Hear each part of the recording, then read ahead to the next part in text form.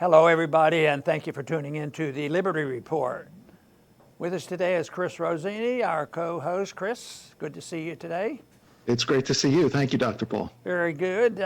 Usually on Friday, we talk a lot about economic policies, and we concentrate on the Federal Reserve. And I'm sure we will continue to talk about that because it's something I've been talking about for a year or two, a decade or two. You know, the importance of understanding the Federal Reserve and why government is too big and our liberties are under attack. And we'll mention the Federal Reserve a little bit today. But what I wanted to do, Chris, is talk a little bit about the middle class. We do talk about the middle class and the Federal Reserve, how they destroy the money, you destroy the middle class, and they pretend they need all this spending and printed money to help the middle class, but it doesn't work that way. And there are other factors.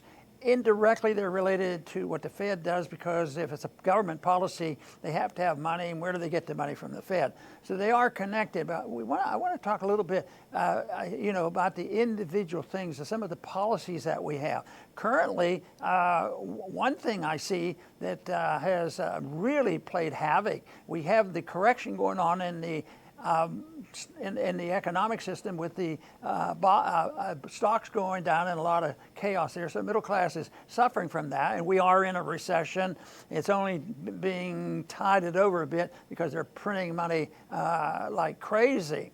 But we also have, the coronavirus to deal with, and that is hurting, I believe, the middle class more than anybody else, but it's also something that has become acceptable. So it's a real challenge to say, yes, the Federal Reserve is a big problem and they destroy the middle class ultimately, and it's a lack of understanding on that.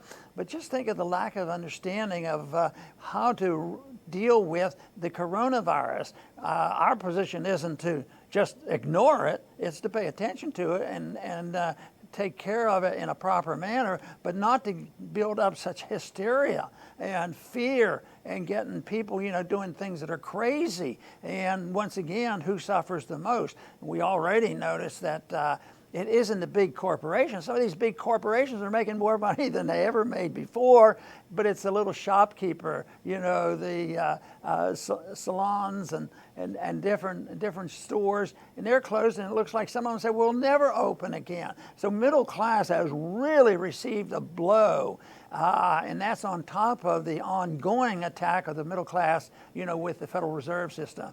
So Chris, I think that the American people feel that pain, but I don't know whether they've thought of it in these terms, that it's the government that's destroying the middle class. It may be some blame placed on the people because they may be too complacent and they believe in the government. You tell us what to do and we'll wear our masks and everything's going to be okay. But ultimately, these policies, whether it's coronavirus or the Federal Reserve, it looks like it's doing great damage to our middle class. That's right, Dr. Paul, and I wanted to create a big picture view of this. America really was, and I believe still is, the new world.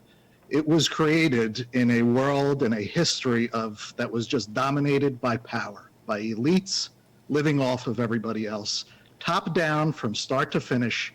Where you were born is where you would stay. There was no way for moving up, no mobility. And then here comes America with these ideas of individual liberty. And we created the biggest middle class to ever exist. Now, in a world of elite power, this is a huge problem. You have average people becoming independently wealthy without political attachments. So this was a big problem, and they've been fighting back ever since. Get rid of this idea of liberty. And as you pointed out, it's, we can gauge by the middle class how successful they have been over these last centuries. And unfortunately, they have been successful in coronavirus, and how the small businesses, how all the workers are getting hammered. This is the big picture, the ongoing battle of ideas that we're living. Yes, and one thing that we have to show in America is the ability for the middle class to really thrive. Not at this moment, because we're on the downslope now for the middle class. The middle class is really hurting, and even though it's coming from the far left, the rich are getting richer, but it's not because of lack of socialism. It's too much of that government intervention. But we had the largest middle class ever. But we also, the period of time that you just referenced, is that we had the maximum amount of freedom of any group of people as a consequence of the roots of our nation coming from those founders who wrote the Constitution. And obviously one Constitution is going to be imperfect, and there's going to be imperfect people managing affairs, but the principle of liberty was defined, and great growth and prosperity. And of course, if I just look at this in my lifetime, things have changed tremendously, but it's probably longer than that since we've turned away from building the middle class to the point of undermining the middle class. And of course, I date some of our problems from the progressive educational system, the Federal Reserve, the income tax, the size of government, our foreign policy, but all these wonderful things that are done, and the people so far have had to endorse them. They keep electing the people, and the Republicans and Democrats both support these principles, and they go ahead and support it. But the middle class keeps hoping. The politicians promise this. How many new jobs if they elect so and so? And they just pull these numbers out of the air. I'm going to create 34 million new jobs if you elect me to president. You know, they have no more concept than the man in the moon, and people, the more they promise, the more they lie to themselves, because they probably think about it, or they'll think, can I get away with these promises again?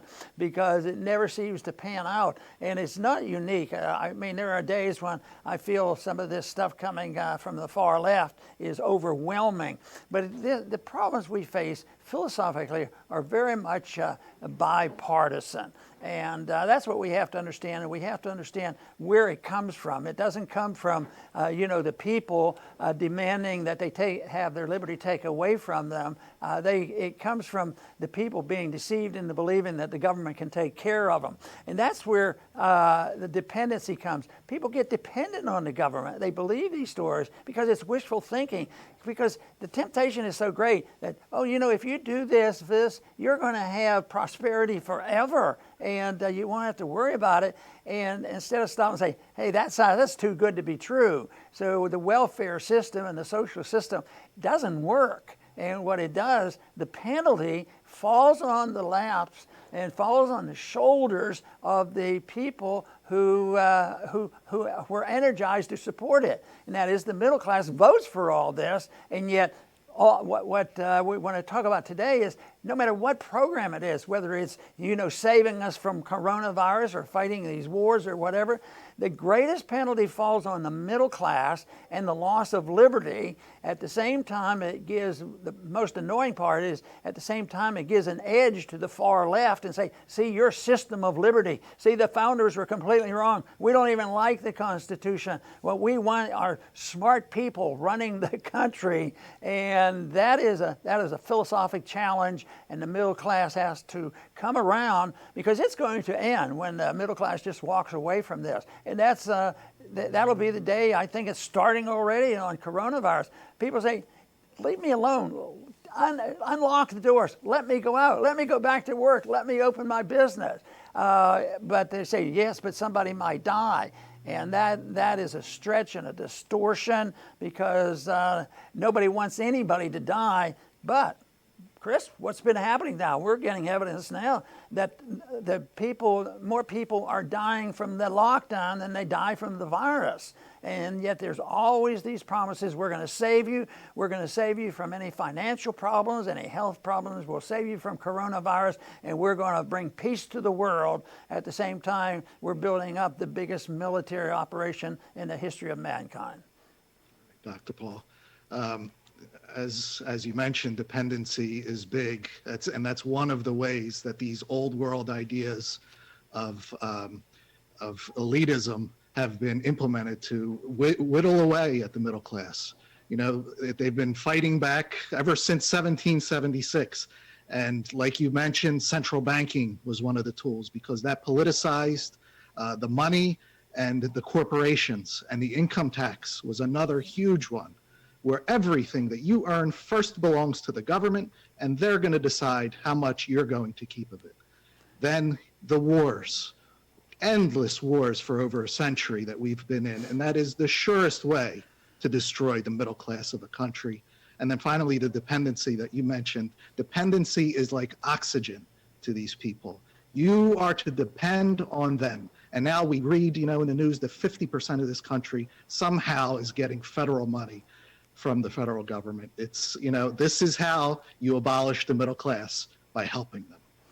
And the opposition to our views are always painting the picture that we don't care and that people are going to die because of our policies, and they really make it very dramatic. Some of them probably think that our way would never work. Freedom doesn't solve all these problems, and they need smart people. We need more Pelosi's of the world in Congress, and they're going to save us from ourselves. There's too much of that. But when they argue this case, we have to have a better answer and saying, yeah, we want to do away. See, well, as far as I'm concerned, there's no authority in the Constitution for us to have a government running the medical care system, and the longer they run it, the worse it gets.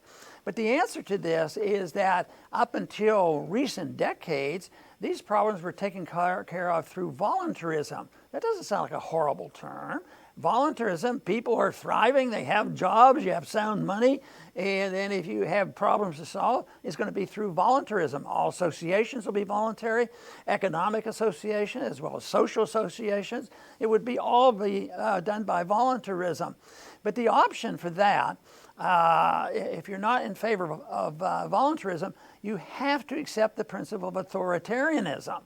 And it sounds like, well, at times we have to have the authoritarians, otherwise there'll be violence in the streets, which is not true anyway. But they say, well, we'll have to have some authoritarianism, and therefore incrementally now for 100 years they've been increasing the size and scope of government at the expense of personal liberty, at the expense of the middle class thriving. So the people are careless about accepting the authoritarians. People should be fearful and skeptical of the authoritarians because they'll say, well, the authoritarians will only send the smart people to Washington. Yeah, that's a joke. They still claim that. It's a mess in Washington, and still the people come and they say, you just need better management. You need to, none of this $3 trillion bailout in 6 months and take care of the wealthy. No, they're going to argue whether it's $3 trillion or $2.5 trillion, but the principle is always the same. Authoritarianism, they don't ask the question, where does this come from? We're going to help the middle class. Ultimately, it comes from the middle class because you destroy the value of the money and this disrupts the economy. So the middle class gets smaller and smaller. And that's why in recent years, I've become more skeptical about getting out of this smoothly and quickly because it's so overwhelming and it's a little bit different than it's been in the past. Our country in my lifetime came together, during the wartime and 9/11 and these different things. And because the nation was seen as being attacked from the outside, the enemy was outside. But today, the enemy is on the inside. It's an internal problem. It's a philosophic problem, and it's much more difficult to determine and change people's attitude because right now everybody's scurrying around to get their part of the piece of the pie. But there's only one problem with that. Ordinarily, at the beginning, the pie is pretty big, and everybody gets a little piece of the pie. But the pie is getting much smaller and the demands are growing much more, and we have interrupted the productivity of the people, and the Fed has done it, but so has the exaggeration of the danger of coronavirus and really the distortion of dealing with and understanding what the movement toward Black Lives Matters, how that has disrupted the inner cities. The cities are actually the big cities. The more authoritarian they are, the more likely these cities are burning down. So there are answers for this, and they can be found, as far as I'm concerned, in the ideas of liberty. And we can look at it, this might be simplistic. We can look at it, should we help the middle class? Yes, but of course we should help everybody. But everybody can be helped, and if you really want to help the middle class, because there's more middle class now than any other one group, you have to release them. And yet we are locking them down. We lock them down with a financial system where the wealthy get wealthier, and then we lock them down literally, with this illusion about the coronavirus is going to kill everybody. And this means people need to wake up, decide what they want, and when it comes, what we need to do is just do like they did in the Soviet system. They just quit. Just think, the Soviet system collapsed without any nuclear bombs. The ideas of the West, which were imperfect, won out over the total authoritarianism of the Soviets. But it was the people. It wasn't the government that invaded and tore down the Berlin Wall. It was the people that went and chiseled away. So we need the people to get active and start chopping down, knocking down these walls of authoritarianism that holds us back. And that is the only way we can restore the greatness of America. Very good, Dr. Paul. I'm going to finish up with good news and bad news. I'll start with the good news. Human beings are free, naturally. It's our nature, and nature cannot be changed. We think independently, we value things independently of one another, and we choose how to act, what goals we have. This can't be changed. So the desire to monitor and regulate everyone and everything without triggering a reaction that these elites wouldn't expect is impossible. It cannot be done. So long term, they cannot win. They can't ever know all of the unknowns or even all the variables that exist. So this is very good news in the long term. The bad news is the short term. They can make life very miserable in trying to achieve the impossible. Look through history, all the crazy ideas that have been tried that never had a chance, but that hundreds of millions of people ended up dying anyway because of some, a few ambitions of the elites. So the more people that understand individual liberty, the better, the more we can push back against these old ideas that want to shove everybody back to this top-down world where the elites control everything. Hopefully, we're contributing to bringing that about. There's a word that was coined by the libertarians, and it's not used very often now, but it had been, and that is Transtoffel, and that is, there ain't no such thing as a free lunch. And someday we're all going to wake up and realize there isn't. That means we need to go back to work, and how do we want the government to help us? Because the government can really provide us for it. Just get out of our way. If there is to be a role for government, and there is, and that should be to protect our liberties. And therefore, they have to protect law and order. I mean, if you have the shooting in the streets, you'd have to have some order, and you'd have to have some rules about property rights and contracts, which were all well understood in our early history, but we have forgotten that so far. And this is not much more complicated about it, but I have always seen that this philosophy is common sense. And I wonder, people say, when did you get started this? When did you understand this? And we ask that question a whole lot. And I think we're born with it. The people who finally conclude, I've thought about this, but this is what I believe. I believe freedom is better than slavery. I believe that limited government is better than authoritarian government. And I believe in sound money. And I believe in a policy that leads more to peace than to war. And it's not that complicated. And there's going to be a greater need than ever because we're on the road to, as Hayek said, road to serfdom. And for that 50% now in the wiping out of the middle class, they are becoming serfs. The serfdom is here. And right now, there's no signs in Washington that they're going to change. We're going to have an election, and there's some advantages one over the other one. But the spending is going to continue, and the distortion of the economy is going to continue. There's going to be special interests who are going to benefit from this, and unfortunately, if we don't change, we're going to have more violence in the street. So there's a lot at stake, and yet, once again, if the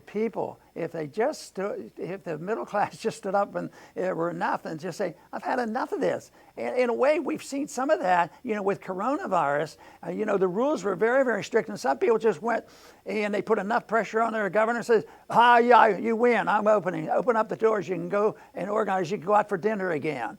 it can happen, but we have to energize the people, and they have to be willing to stand up and say, I want my freedom back again.